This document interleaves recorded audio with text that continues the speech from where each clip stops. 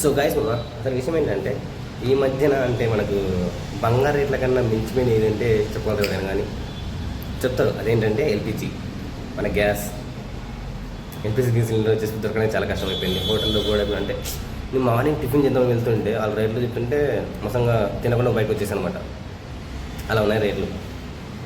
ఆ LPG gas పెంచడం వలన అసలు మా బయట టిఫిన్ చేయాలంటే కూడా భయం వేస్తుంది, అంత రేట్లు వాంచిపోతున్నాయి. ఎందుకంటున్నాను కొద్దిగా గ్యాస్ అనేది పొదుపుగా వాడుకోండి ఈ కొన్ని రోజులు, అంటే గ్యాస్ మన ఇండియాకి తగ్గే వరకు చూసుకొని వాడుకోండి. బయట గ్యాస్ ఎలా ఉందంటే హైదరాబాద్ వచ్చేసి చిన్న గ్యాస్ వచ్చి 6,000, పెద్ద గ్యాస్ వచ్చేసి 8,000 అంట.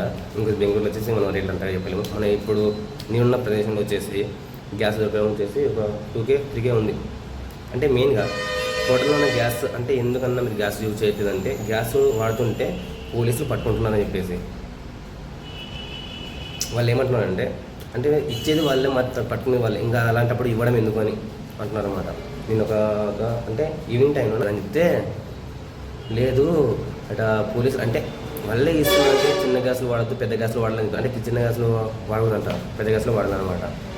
వచ్చి సరే అంకుల్ వాళ్ళు చెప్తారు కదా అంకుల్ అంటే ఇచ్చేది ఫస్ట్ వాళ్ళే, తర్వాత వాళ్ళు వచ్చి మళ్ళీ ఎందుకు వాడుతుందని చెప్తున్నారు అడుగుతుంటే మనం ఏం చెప్పాలి సమాధానం ఇవ్వాలని చెప్పేసి వాళ్ళకి అర్థం కాదని చెప్పేసి నేను చెప్తున్నాను అనమాట.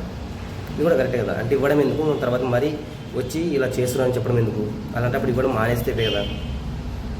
ఇంకొచ్చేసి వాళ్ళు ఇంకో అన్నారు అంటే కట్టెల పొయ్యి పెడితే మళ్ళీ స్మోక్ వస్తుందని చెప్పేసి అదో కేసు